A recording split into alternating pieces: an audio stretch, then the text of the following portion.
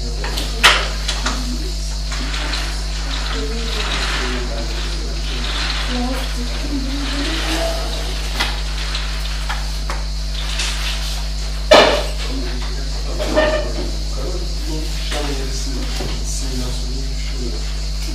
welcome back.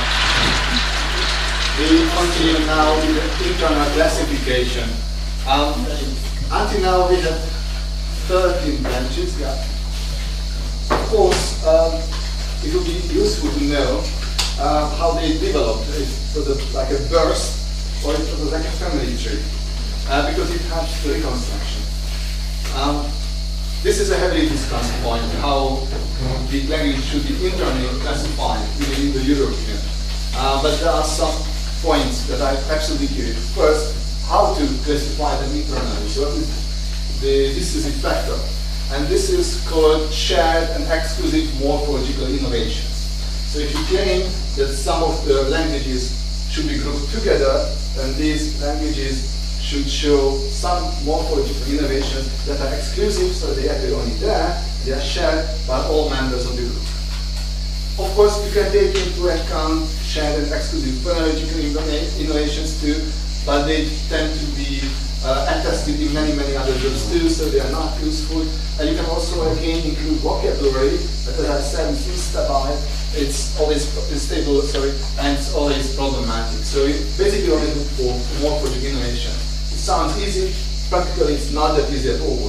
So that's why there are a lot of discussions, and I will return to this point many times, also in case of the Anatolian languages. And also when we will discuss at the very end the relationship of the Anatolian languages with the other Indo-European languages. So what is called, what is clear, is that the first hypothesis is completely false. So the idea that there was a Proto-Indo-European and then it has immediately turned into other languages, that's definitely not the case. Because we can show that there are languages that are more closely related to each other. Already the group Indo-Iranian shares, so there are such groupings. There was a traditional idea that we have two main branches. They are called Kentum and Sata. Because the word for 100, it will be shown soon, has basically two different references, one starting with a K and one starting with an S. It refers to specific development of specific phonemes, which we will discuss a bit later, phonology. So they thought that this divides the languages, but we know now that the reflexes of these phonemes are much more complicated than it was traditionally assumed, so it's not a valid division. If you look at on current papers published even in journals like Nature or Science, or even mentioned in modern newspapers, there are a lot of recent beautiful family trees showing Indo-European languages in different configurations. They are all false, actually, not because they are not written by linguists, but they are usually biologists and such people. But they always use lexicographical evidence only, so they use only the vocabulary. Actually, it doesn't really matter. What matters is the morphology. So when you read such things, even in newspapers, now the New Zealand group created a new language tree, and it shows that you should be always very careful. In the bibliography that I shared through Arché, there is a very good handbook about these discussions today. There are some clear things. They don't define the family precisely, but these are the requirements that every family tree should include. First is that the Anatolian languages were really the first to branch off. That's without discussion. Even though it's still an ongoing discussion, the details are never clear, are still not clear. I will go in this September in Denmark for a specific conference, and the topic is how the Anatolian languages branched off first. There are people who even went further, and they said that we should not call this family as Indo-European family because the Anatolian is so far away. We should call it Indo-Hittite. But actually, doesn't matter how you label them, it's the same. And what matters is how do you define the non-Anatolian languages. And this is an ongoing process. The Tokharian languages are widely believed to be the second group branched off. I said widely believed because diasporas don't believe that, of course, and then again, the scientific, the linguistic evidence for that is quite problematic and hardly debated. Basically, because there are very few scholars who are working in Tokharian languages, requires some special skills, so you just need to wait upon these scholars. And of course, if it was the second one, then it's also quite complicated, because don't forget, you have to put the Tokharian to Xinjiang. So you have to explain how it happens that the first branch is in Anatolia and the second one is in the Tallinn Basin. That's quite a problem. But it's now clear that we have a separate group. This is the Balkan Indo-European languages, consisting of Greek, Phrygian, Armenian, and Mesopotamia. Of course, Balkan is here used as a geographical term, basically because you know that even Phrygian, Armenian, and Mesopotamia were coming from the Balkans into Italy and Turkey, respectively, by the way around. Even though we don't really know precisely what are the exact relationships in between, for instance, Herodot says the Armenians are the descendants of the Phrygians. That may be even true in historically, but definitely not linguistically. So Armenian is not a daughter language of Phrygian.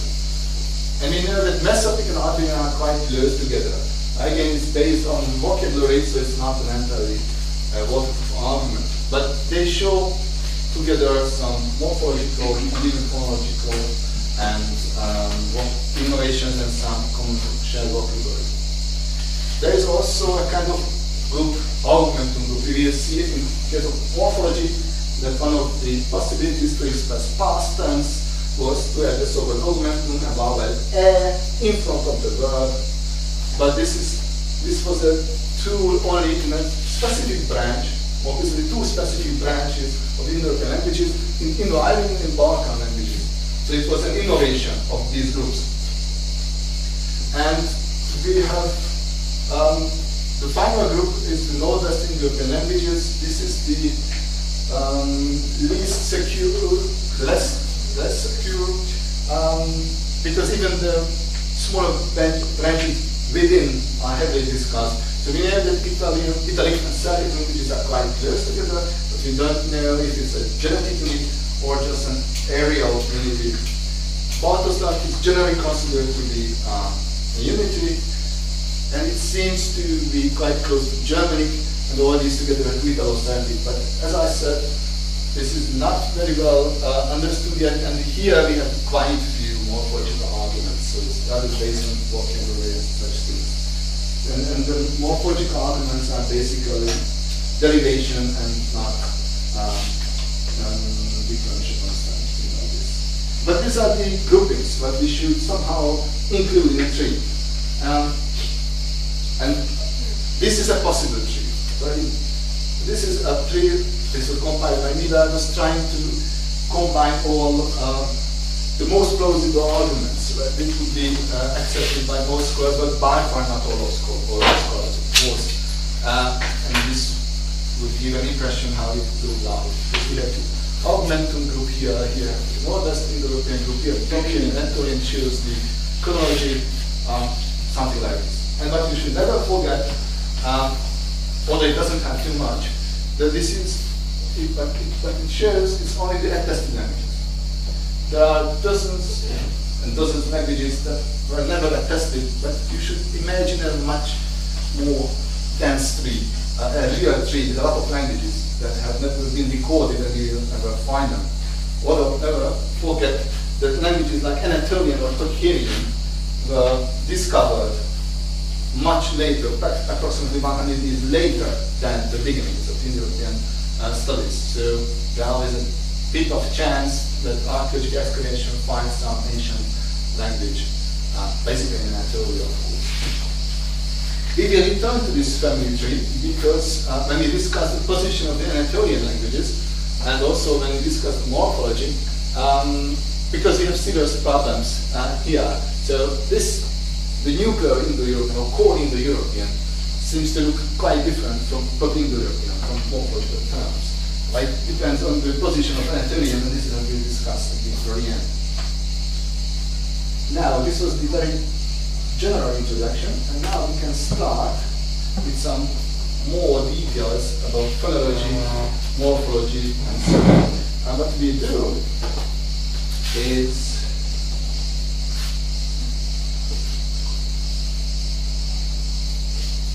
an overview of the Proto-Indo-European phonology and morphology. So we won't discuss the history of the specific languages.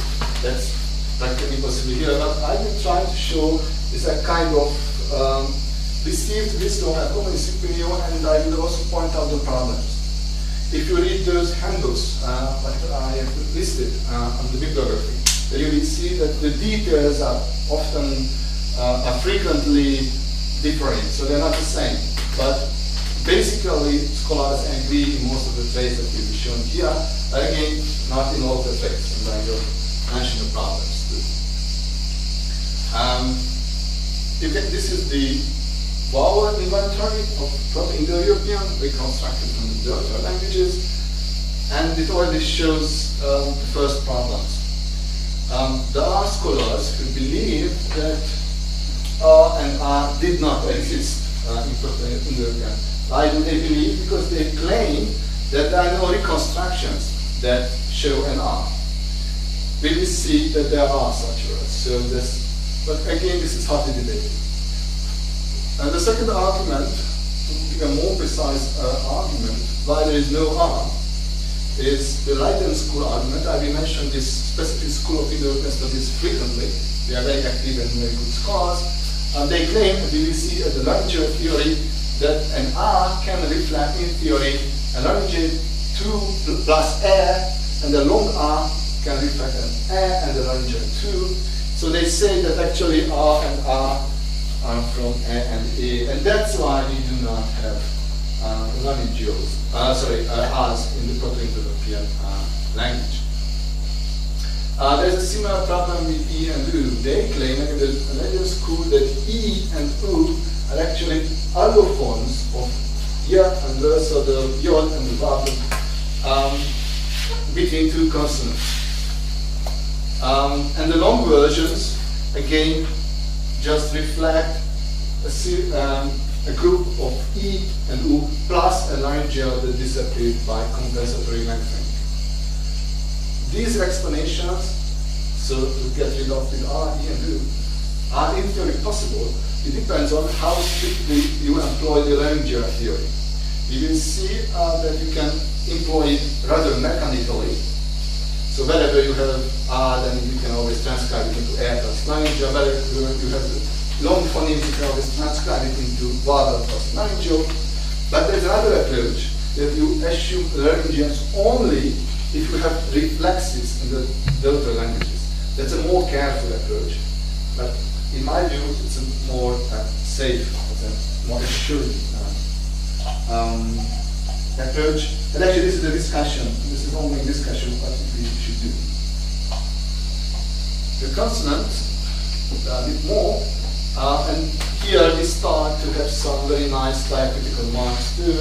That makes life quite complicated when you underline such a paper, and especially when you get back the proofs, because they usually disappear from the proofs. We have labials, dentals, nothing special. This H marks that they are aspirated consonants, so not simply B, but H, and so on. You may know such consonants from Sanskrit or so. We have here a specific series of consonants. They are normal, K, J, and G, but they are pronounced a bit not at the same place, so they are pronounced a bit palatalized. How it should be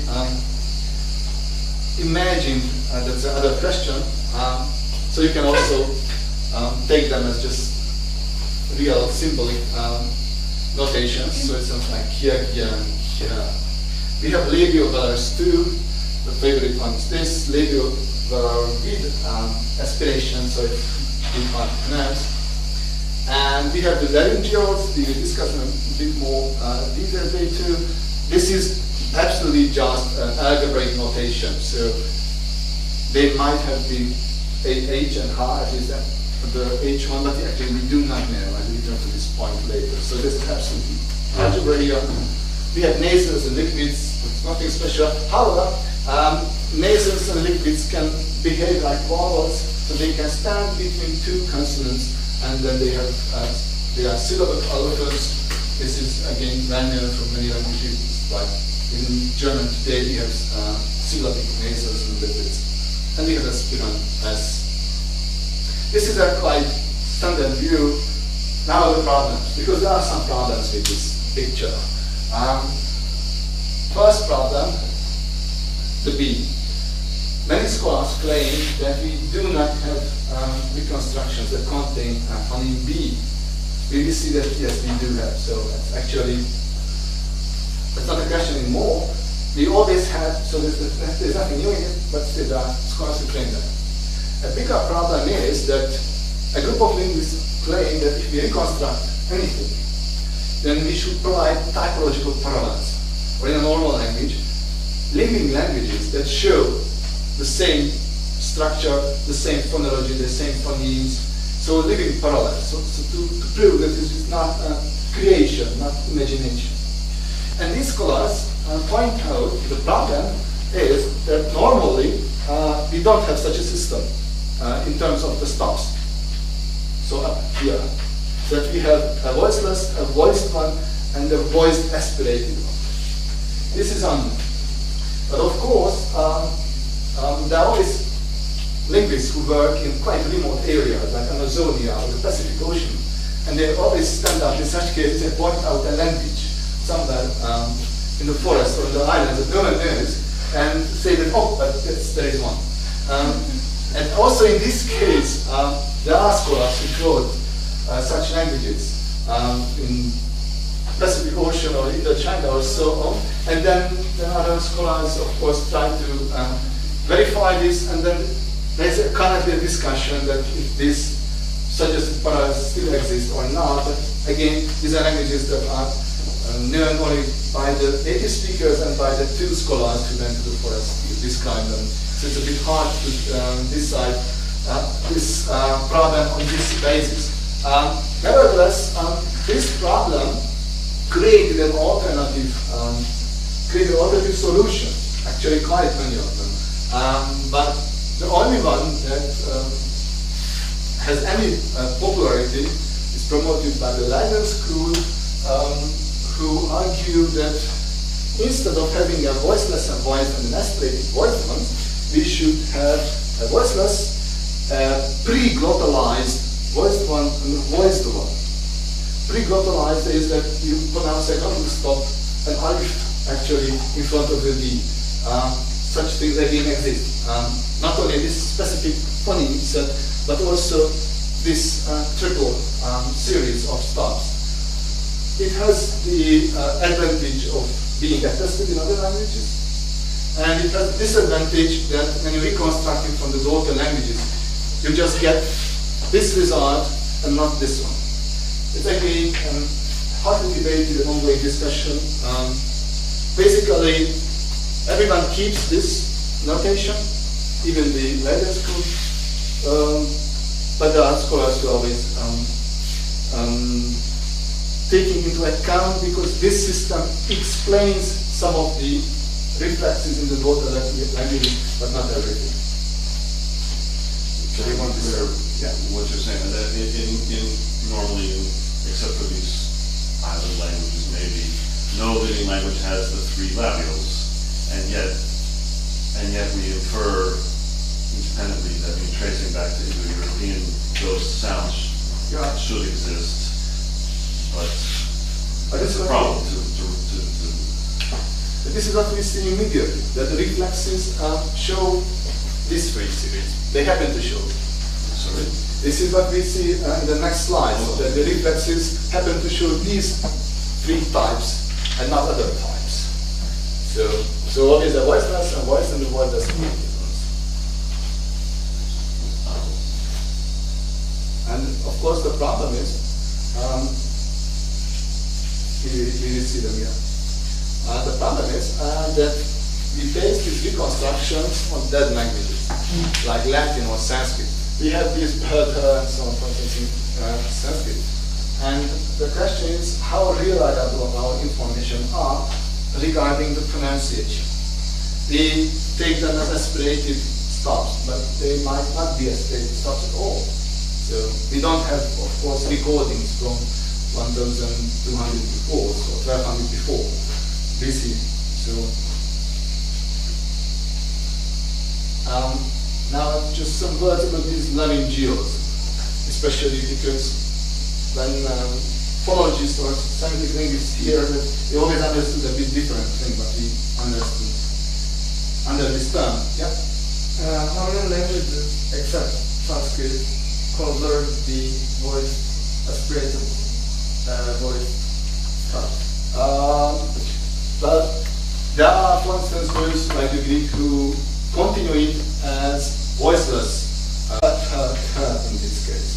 And the point is that in many cases the reflexes of these are different from the I don't know if anyone has counted how many languages, but basically Sanskrit and Greek, they show this practically continuing and aspirated consonant, and the other groups basically they continue something different, which is different from B, D, and G.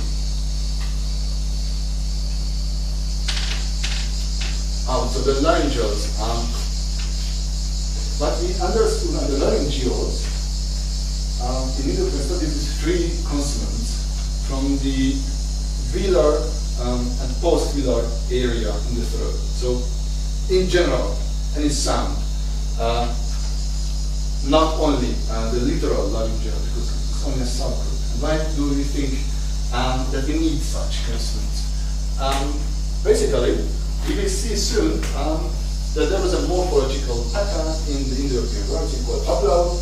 You may know it from German too, that the stem vowel could have been changed. And under different conditions, according to some rules, it did change. And it showed patterns. For instance, there were words, there were roots where the only vowel was an air, and under given conditions, it disappeared. So that was the so-called zero grade, so the root was without any vowel. If it was a diphthong, and the air disappeared, then you had only E, of course. So it was not an entirely voiceless, vowelless root. However, at the early period of Indo-European studies, they had long vowels too, stems with long vowels. And in this case, when we had the zero grade, so zero here or an E in diphthongs, they had something there, showing different reflexes in the different languages. And people suggested that they reflect a neutral vowel, they called it schwa, from Hebrew linguistics. The problem was that it did not explain many things. For instance, and this is the point where Ferdinand de Saussure started to think. For instance, what he did not explain is the so-called triple representation of schwa. So, if you take three words, status, factus, and datus, in Latin we have the Sanskrit equivalents. So they are from verbs like standing, doing, giving. These are the passive perfect forms and participle forms. And we see that in Sanskrit the reflex is always E. Theta, theta, theta. That's fine. So schwa is E in Sanskrit. In Latin we have status, factus, datus. It's always R. Very nice, no problem. We have problem with Greek. It shows statos, thetos, and totos. We should be able to explain why schwa appears in three different forms. If we can't explain that, then it's not a good solution. And we do know that these roots have basically long vowels, like in star and so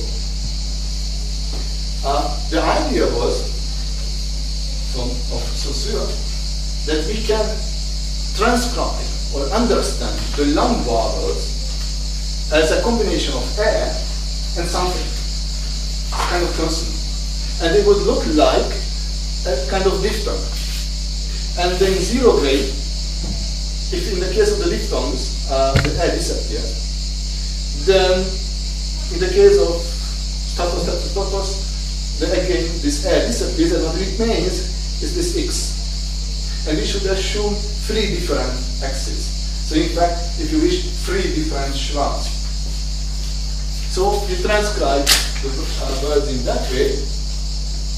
Actually, the third series was added later by others, but it doesn't matter from this point of view.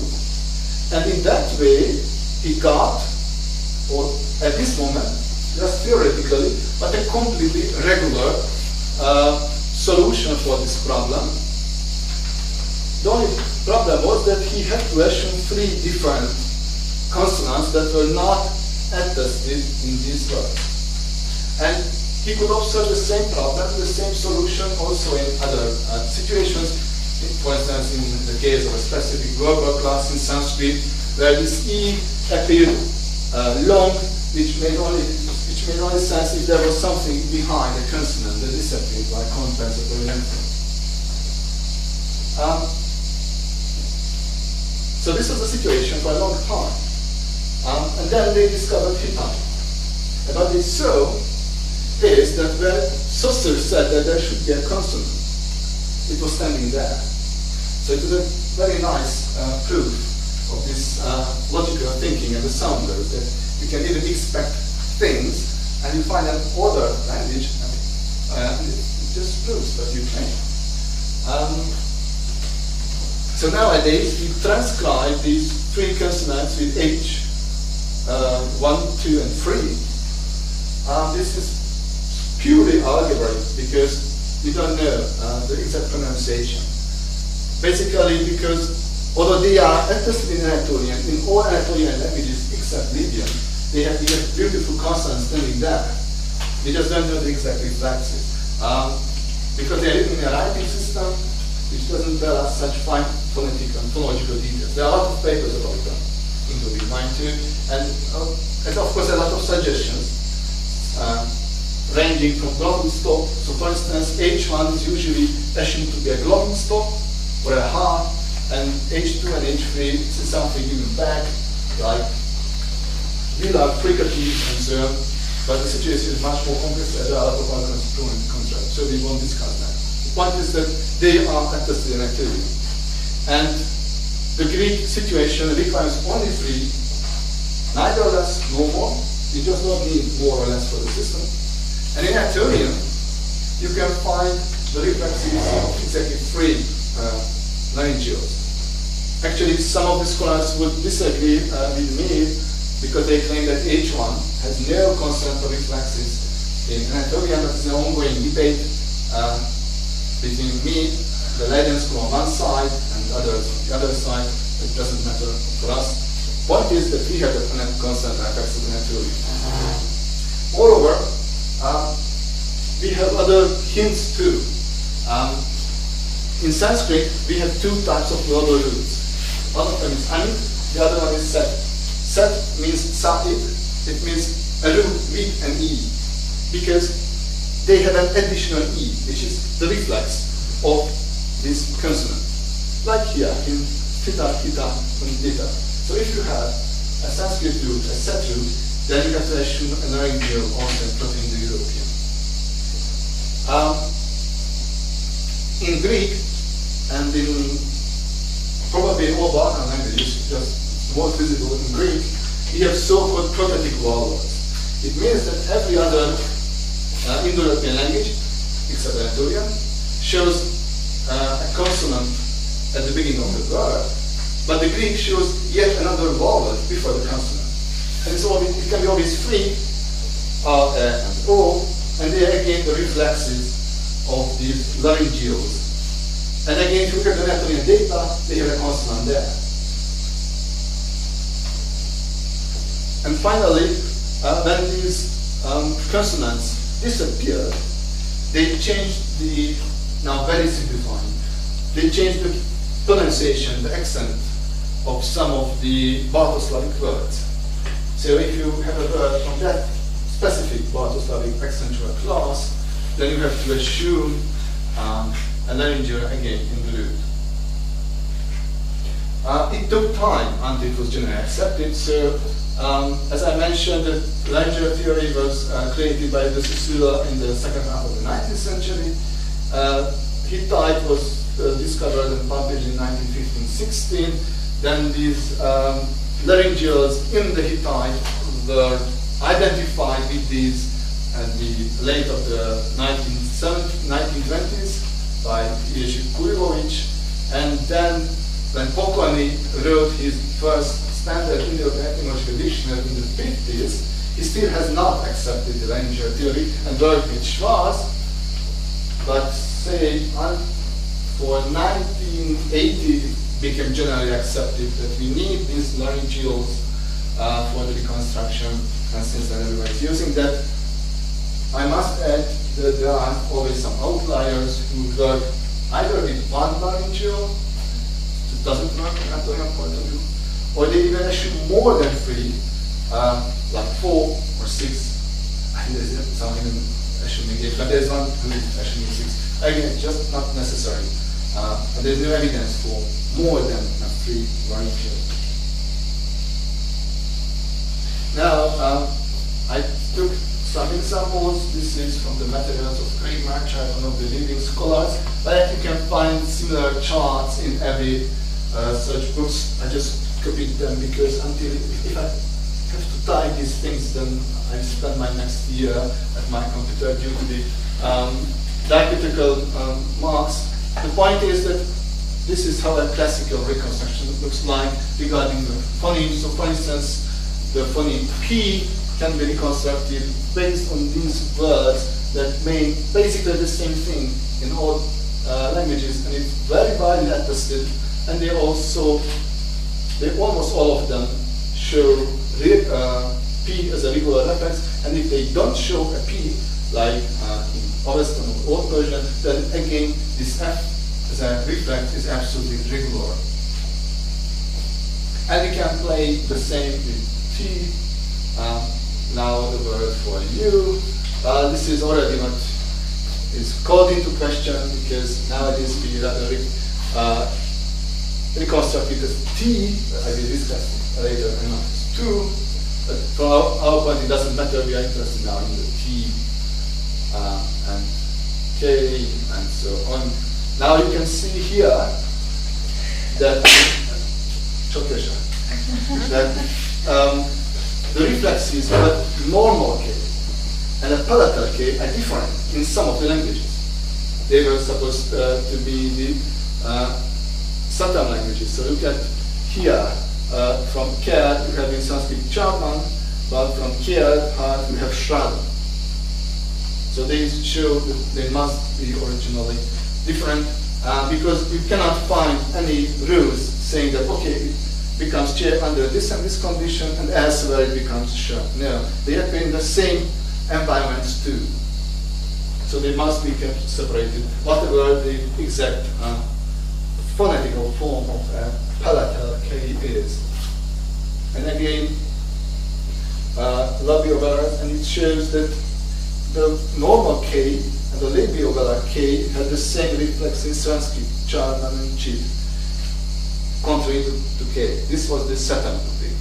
That K, that the labiovelar ones and the normal ones, the velar ones, fell together, and the palatal ones remain. And in the other group, it was supposed to be so, this is Latin, that the labiovelars remain separate, and the palatals and the velars fell together. That was the canton group, like your Latin cardin and Latin cord, contra Latin quid.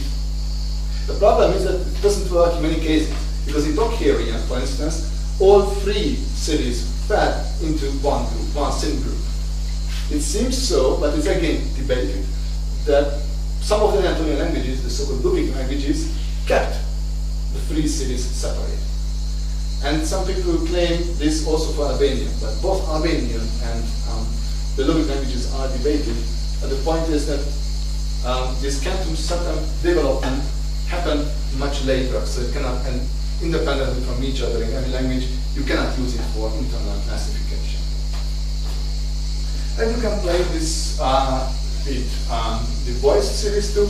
Now here's a very classical example for the phoneme B. I said that there are some scholars who claim that B did not exist in Proto-Indo-European, it does. So you just can't explain these cases in another way. So you have to assume that there's a B there, because the reflexes of the aspirated B, they are different. Here, you have Bharati and Pharaoh, and not Bala and Bhatia. So they must be kept separated. There's no other way. You may claim that these words are not connected with each other because the semantics is not that nice. But that's true, it's not that nice, the semantics. So they're not fitting that nice together. But there are other cases too.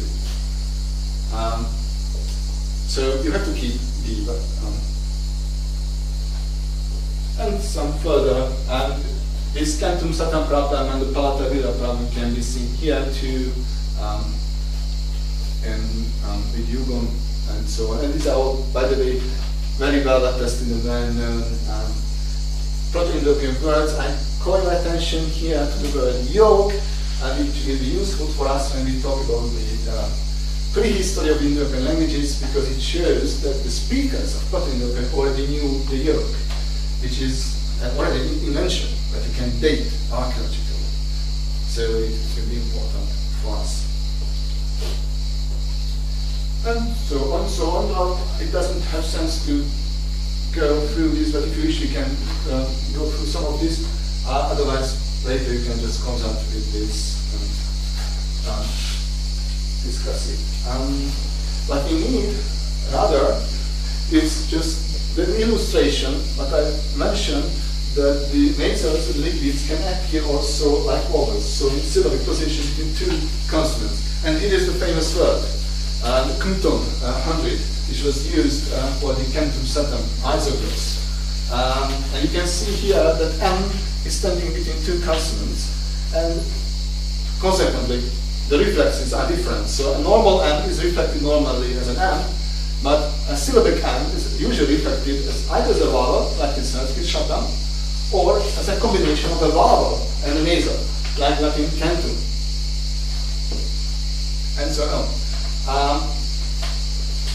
Side mark, this form is recently called into question, but not that recently, in fact, because in Greek you have hekaton, and you can explain hair with some analogy, or you cannot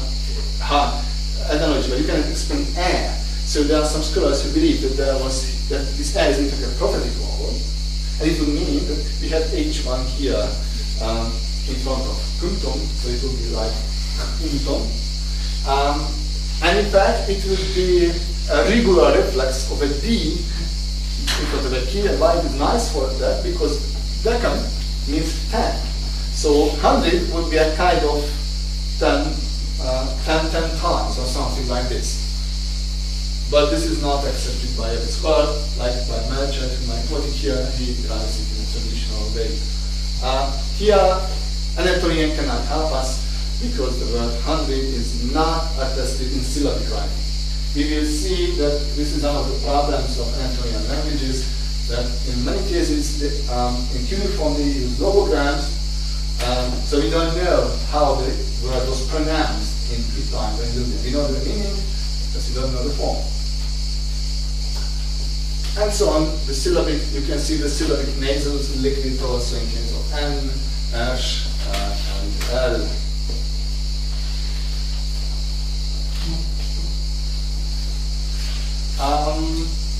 As just the famous word for septum, why is it famous? I will mention in case of the prehistory of Indo-European languages, the problem if Proto-Indo-European had any loanwords from any other language group, or vice versa.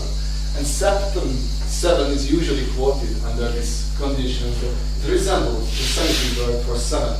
And this would be an argument for connections, an end up connections between Proto-Semitic and Proto-Indo-European. And our famous for instance, this is a nice example that we have to reconstruct an R for the Proto-Indo-European too.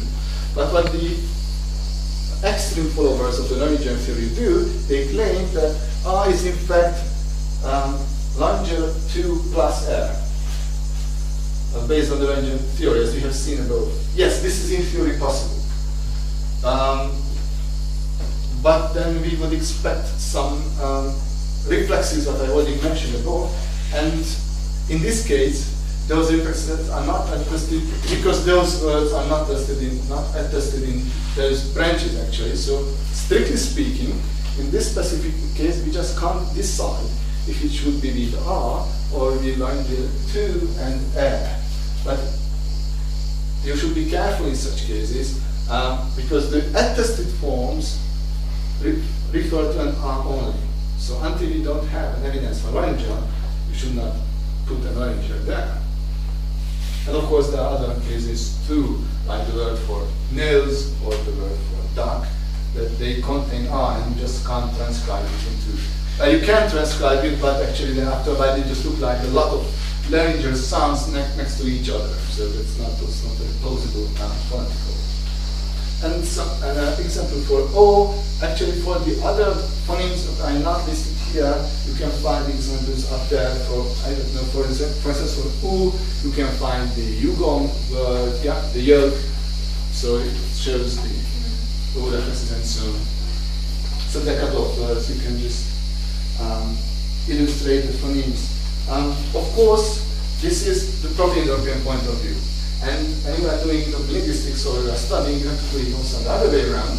So you have this phoneme system, and then you have, for instance, the Latin phoneme system, and you should be able to explain the reflexes, how and R behaves in Latin, what are the reflexes under which conditions. This is the historical phonology of these languages, and it usually takes some hundreds of pages of, in case of every languages. So now we skip this. Some of these handles, especially by data cycling and also in algorithms, they have charts. The Proto-Indo-European phoneme here, so they have basic reflexes in Latin, Italian. The problem with that is that in many cases you have to do so that for one phoneme you give, say, 3 reflexes in Greek.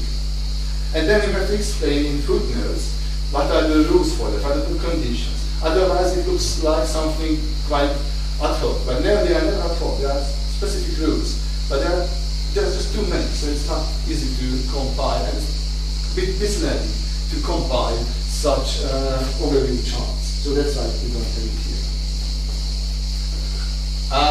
Phonology, of course, doesn't mean only a phoneme system. It's a bit more complicated. And in our case, we have to very briefly discuss other things too. Basically what I have written here, morpheme structure. So when you reconstruct all these words, and you cut off the endings, cut off the suffixes, and at the end you get the root. A typical Indo-European word looks like a root, with or without suffix, and then the endings. So for instance, the nouns, that consist only of a root, and ending they are called root nouns. But the structure of these roots is limited. So there are some rules for that. This is of course based on observation, so they can be modified at all time, but we have now literally hundreds of roots, actually thousands of roots, both nominal and verbal, so we can infer the structure. I emphasize that it refers to the nominal and verbal roots, pronominal roots, and so they behave a bit differently. So what is obligatory is that they always have a consonant, an air vowel, and another consonant, and there might be some other consonants also in front and after, but there are some restrictions. So this one cannot be any type of consonant. It can be, for instance, an S or a laryngeal, otherwise not really. And of course, the combination of given consonants are not allowed, so you cannot have 2 voiced consonants in the root. This is just not allowed. More precisely, it's not attested. But then you have so many roots that you can claim that it's not allowed. This shows, with this I can illustrate the upload too. So this is the basic grade, the A grade. I want to add at this moment that the notion upload and this uploading ablating system is, though it's a German term, it's a modern notion, it's rooted in the Indic linguistic theory, because they have already observed that these ablating things appears in Sanskrit too. So this grade had originally Sanskrit terms. So this is the air grade. This is required in most of the cases. When it disappears, then we have only two consonants. That is zero grade. Some morphological rules require a zero grade. And remember, if you have a diphthong here, then you have only an E or an U, so it does not disappear entirely. And if you have a laryngeal here, a vowel and a laryngeal, the laryngeal stays here. So it's zero grade in a laryngeal. This is the air grade, which is also called full grade. And it can be a long vowel too, a long air, that's the lengthened grade, again required by some morphological rules. And some morphological rules require that this air change into O, and then you have an O grade. And of course this O can be also long, so then you have a lengthened O grade. So actually you have 5 grades. Lengthened air and O, air grade and O grade, and no zero grade. Of course they have very nice German terms too, but I won't tell that. So in that sense we can talk about quantitative and qualitative overlap. And again, the important thing is that this is organized by morphological rules. So it's not just like I put an air grade and an O grade. No. It depends on the suffix, it depends on the ending, it depends on the inflectional time. We'll see some inflectional times too. Of course, there are some tricky things. So if you, for instance, if you have a laryngeal here, the laryngeal may stand after the air and before, in front of the air too, and it's in the same root. And then we call it Schleberwort. It's a nice German word. Because, it's quite logical if you consider that. But if you have a diphthong or a laryngeal here, and it goes into zero grade, then you have a consonant, something, and consonant. And then you upgrade it again to air grade, then actually you can put this also in front and after the middle phoneme. So that's quite actually normal way of thinking. We end at 12, right? In this session. Then I would say that we start with nominal morphology and then we will continue it in the afternoon session. Any question or not? No, I was going to we start at 4. Yeah. Now, as you can reconstruct, phonics you can of course reconstruct, you have to reconstruct the morphology too. As I mentioned many times, you have to think in paradigms. And of course we have beautiful paradigms, both in nominal and pronominal and in verbal morphology. Again, I will just show a snapshot of nominal and verbal morphology and skip other topics and also the details. What I want to show here is the basic traits, especially those traits that will be important for the Anatolian languages. In nominal morphology, we have singular, dual, and plural. So they have a specific set of case for dual. So 2 eyes or 2 legs or whatever 2. Not in all languages, but it is understood. Then we have a quite rich, so numerous case system in nominative, accusative, genitive, dative, locative, ablative, instrumental, even vocative, in a full-fledged version. We will see that the situation was a bit more complicated, but basically these are the case endings. We have 3 genders, at least the third set that we have 3 genders, masculine, feminine, and neuter. Nevertheless, we will see that in Anatolia you have only non-neuter and neuter, nothing else. Absolutely no traits of feminine. So nowadays, many scholars tend to think that in Proto-Indo-European we have only non-neuter and neuter, and feminine is just a secondary innovation. In other words, you can see that there are 2 classes of nouns, the so-called athematic nouns and thematic nouns. That is, you have the root and the ending, that's the athematic one, and you have the thematic ones, the root, connecting vowel O, and the endings. But now we know actually that this thematic one is actually just a subtype of the athematic ones. It's like an O stem. So it seems so that the endings are not the same, but actually they can be all explained punctuated combination of this O and the thematic, and the thematic ending. So actually it's not a real subclass. But you can still find this classification, especially because it started to spread and it's widespread. So the younger languages, the more thematic forms are attested. And this is what I mentioned, that basically a noun consists of a root plus an optional suffix, they are usually there, and an ending. Now how these endings look like. So this is the athematic endings, this is the basic ending series, and this is the thematic ending, but as you can see, most of them can be explained from dominant ones. The labeling now is in German because it's in the book of Meyerberger, but you can easily identify them. So you have to add, this is not Danish Ö or something, this is zero. And whenever you see this type of mark, it always marks the accent.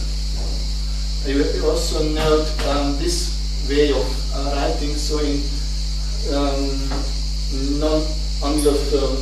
Indo-European linguistics, they tend to write Y, so Y with an E, and with this type of mark, just make life more complicated, but it's just that E. So the ending is A. And as you can see here, there is some variation and there are some question marks. So you shall not be deceived by this positivistic lecture. There are a lot of questions, of course, and ongoing problems. And as I said, even in those handbooks that are on the list, you can find minor and sometimes not that minor, the major disagreements in such situations. And of course, one can always speculate a lot because if you observe, nominative ending is S and the accusative is an M plus S, and then we have in singular, so it's like as if S would be a kind of sign of plural, but it appears only in nominative and accusative. If it has any you do not know. Yeah? If you do not know anything about dual endings, how can we be sure that it exists? Very good point. This is what we see in the case of the Anatolian languages, because to simplify, this lower part is almost always missing in Anatolian. And basically, the question is always if it is a loss or it is a new innovation. People argue for a very long time that they were there, just they are lost in other languages, so that's why we cannot reconstruct it. But now there's another tendency, and they say that we should just forget about these, because if you can't reconstruct them, then they are not there, then they are innovations. But then it means that you have to reconstruct different phases of the Proto-Indo-European, or Proto-Indo-European, Core Indo-European, then after Core Indo-European, and it's just an ongoing process which is not ready yet.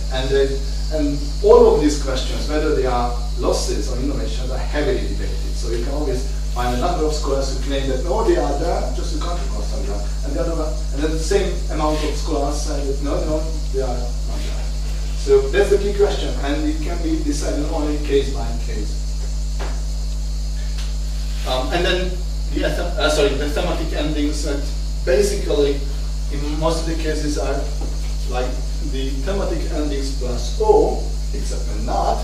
So for instance, there's a famous genitive ending osio, which cannot be explained for the athematic endings. So this separation of the athematic and the thematic classes it has some sense, and it is sometimes useful. And you can again see here an important point which affects the question too, that in case of ablative we have actually three different competing endings. It points, we assume that it is because created separately in different branches, independent from each other. So it either did not exist in this form, or one of them is the existing one. And if you look at the Anatolian languages, then ablative does not distinguish between singular and plural. And if it continues the Proto-Indo-European situation, then it explains why the other languages have three different forms, because they created later a plural ablative. Inflectional types. Oh, that's very complicated. We do it, I think, now quickly, and then you can have a lunch. Because they are really terrible. Actually, said that when you have upload and such things, they are governed by morphological rules. And from this point of view, the nominal morphology is quite complicated.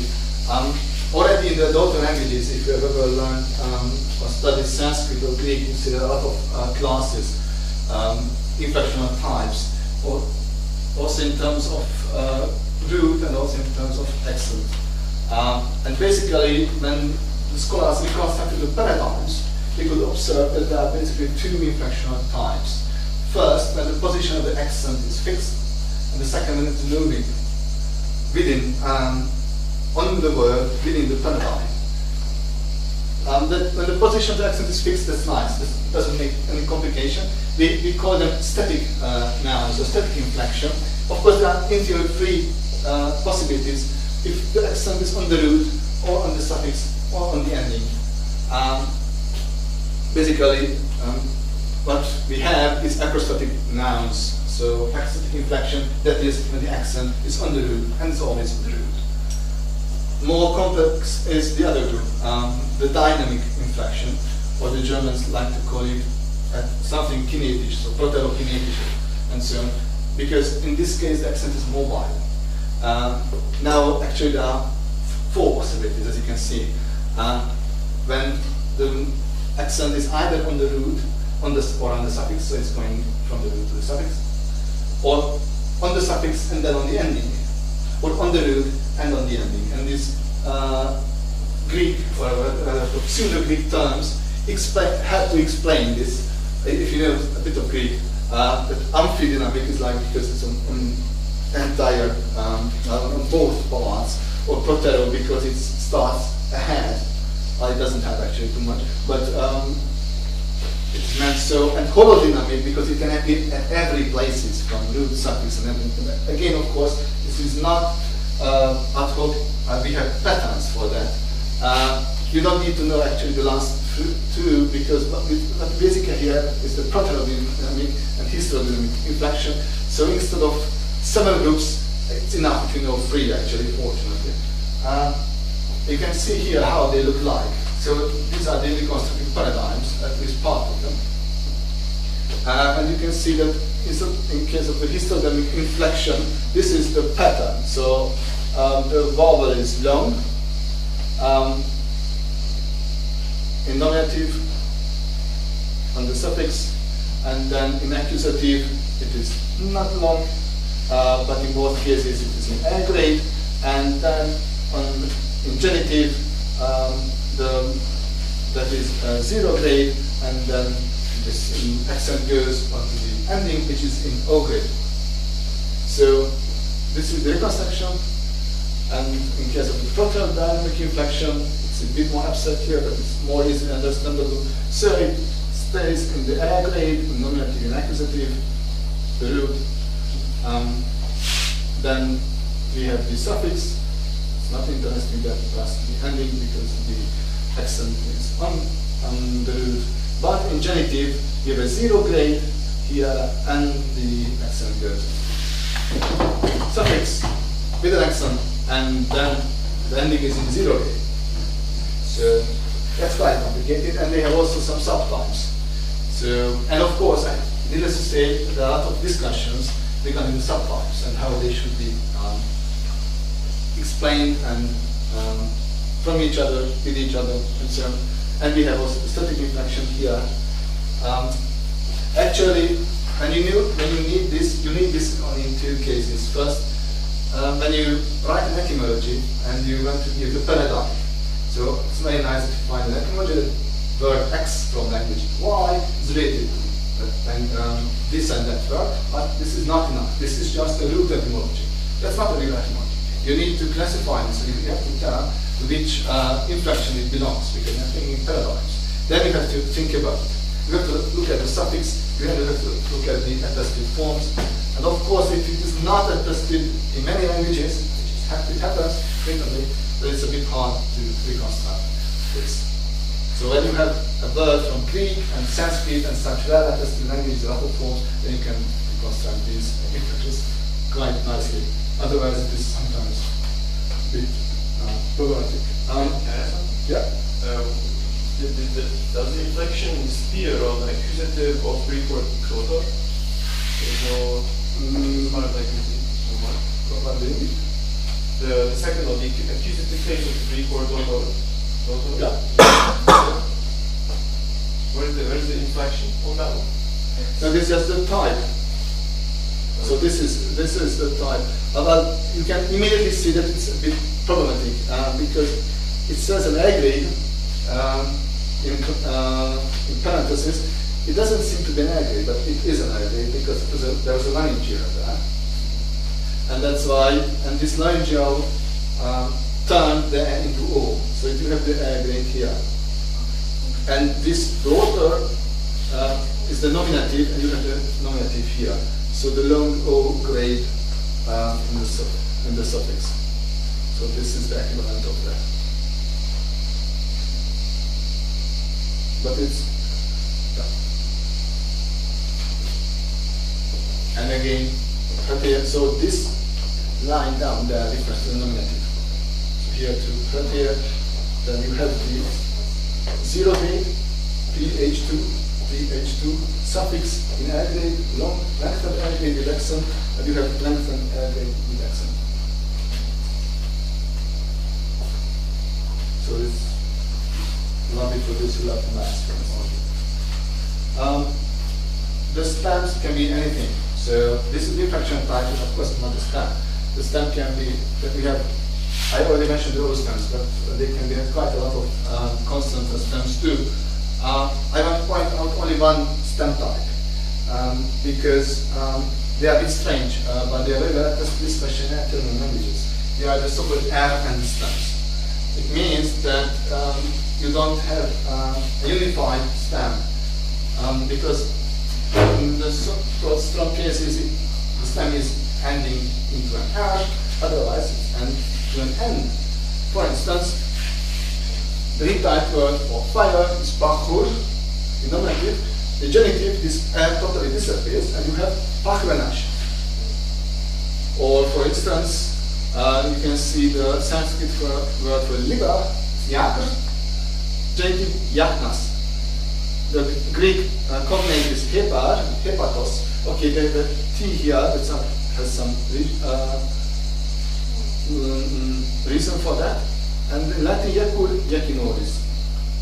So, in that case, you have to assume an R stem in nominative accusative and an N stem in the other cases. Of course, this is a quite odd system. So, languages started to balance or level out these inconsistencies quite early. That's why you have here, for instance, a T stem, hepatos, or in many other cases. For instance, the verb for water. It's also an R stem. And in Greek it's not hydor hydatos, so again the T.